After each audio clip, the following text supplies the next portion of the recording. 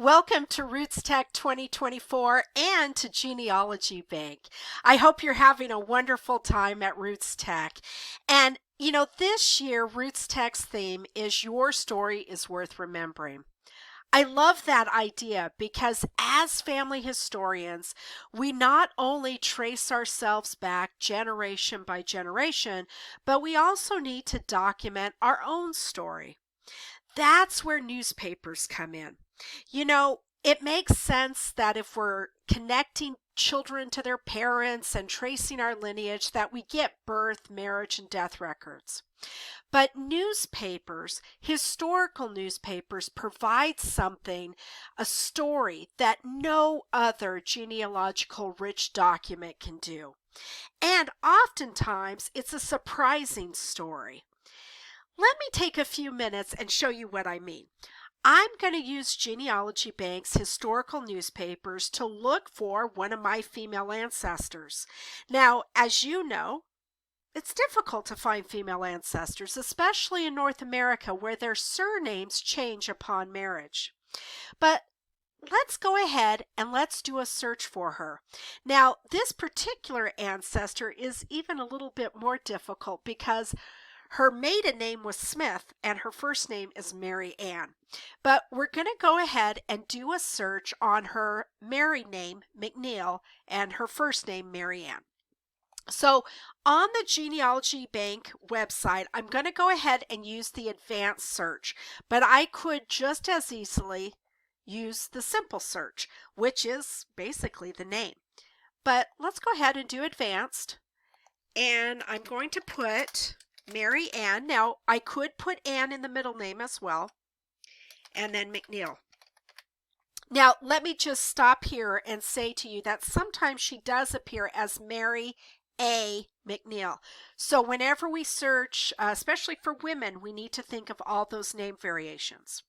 Now, she lived in Arizona for the most part, so I'm going to go ahead to make it a little easier. I'm going to select Arizona. So let's see what we find.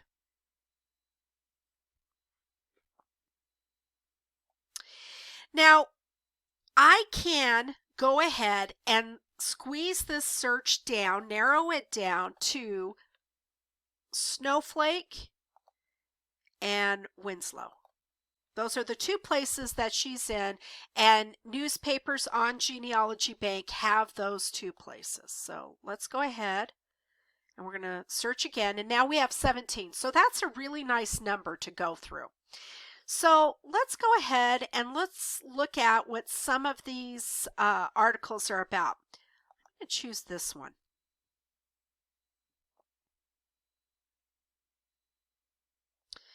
So here is one from Winslow, Arizona, and it is new brands applied for on April 14th, 1923. And here she is, Mary A. McNeil.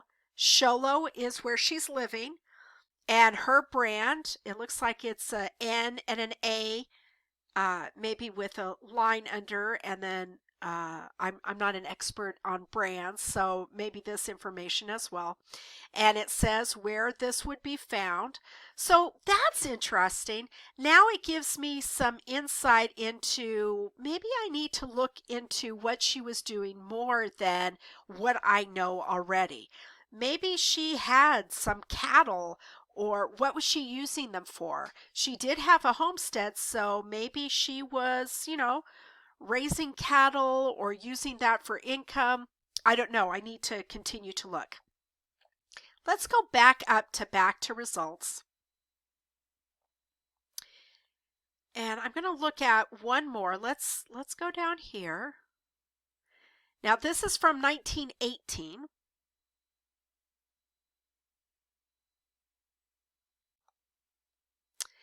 And notice what this is.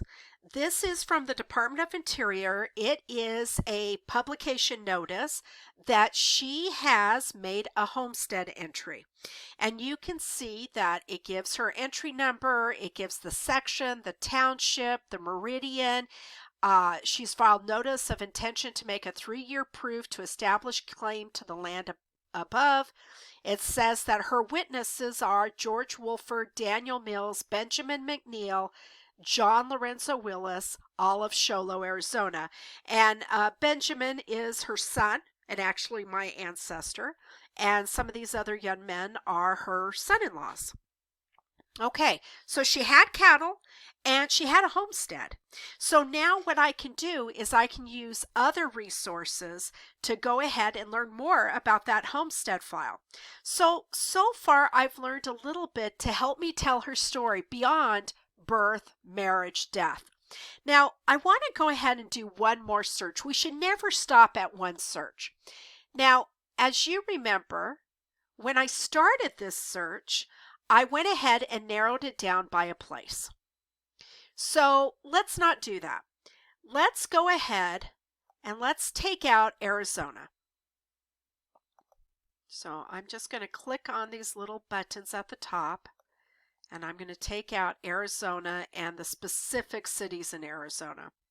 Okay, so now I have a search for Mary Ann McNeil, and there's 10,000. That makes sense. You know, that's a lot of people.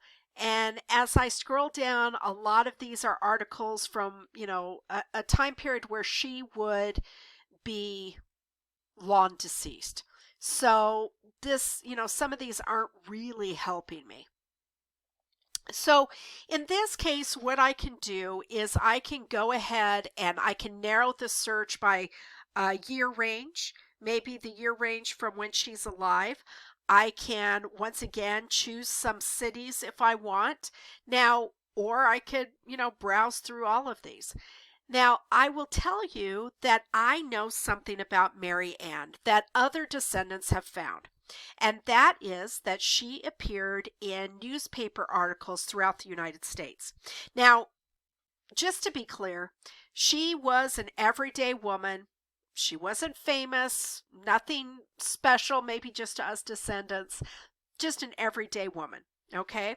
So I'm going to go ahead and I'm going to click on California because she actually, like I said, appears in articles throughout the United States.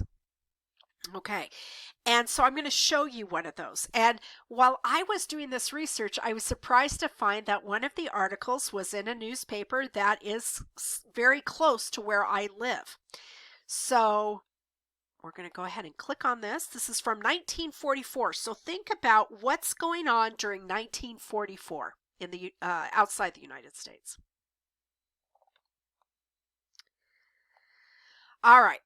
So as you can see, it says Mary Ann McNeil, 90, Show Low, Arizona, is interested in war news from all fronts. 17 of her 202 great-grandchildren and 5 of her 55 grandchildren are in the fighting forces.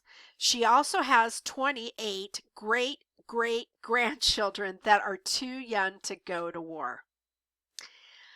Okay, so she appears in newspapers all over the United States that have to do with her 90th birthday and that she had the most descendants fighting in the war. Now, whether that's true or not, I don't know if there was any kind of official tally, but obviously she had quite a few. So that's what the articles talk about. It's a nice addition to her story.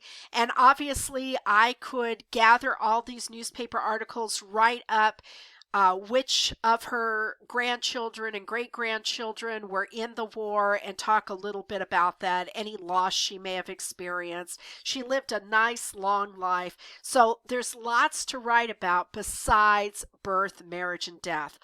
Our stories, yours and mine, and the stories of our ancestors are much more than vital records. That's a good start, but then we use newspapers to add depth to our ancestors' story. And whether that's learning more about a homestead, learning about what she did day to day, or about her long life, newspapers can help us with that.